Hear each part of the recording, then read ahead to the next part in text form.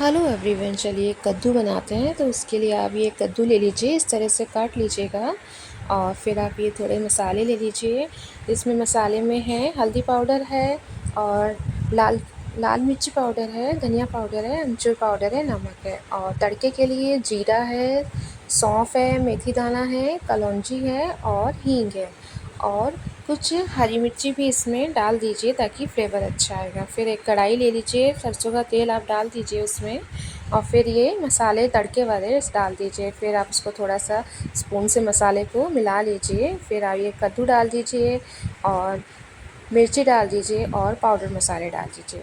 और जो पाउडर मसाले आपको जो पसंद है वो भी आप इसमें आप डाल सकते हैं। मैंने इसमें ये डाला है सिर्फ। फिर आप इसको मसालों के साथ इस तरह से कुछ सेकंड तक भूनिए ताकि मसाला उसमें अच्छे से मिल जाए और अच्छा टेस्ट आएगा। फिर जिससे मसाला वो सारा उसमें कद्दू में मिल जाएगा। फिर आप इसको ढक दीजिए। ढक के आप कुछ सेकंड इसको पकाइए। फिर देखिए ये आपका कद्दू पक गया है बिल्कुल। फिर पकने के बाद आप इसमें चीनी मिला लीजिए। मैंने इसमें चीनी डाली है, आपको नहीं पसंद है मत डालिएगा, पर चीनी से थोड़ा बैलेंस अच्छा आएगा और अच्छा टेस्ट आएगा खट्टा मीठा।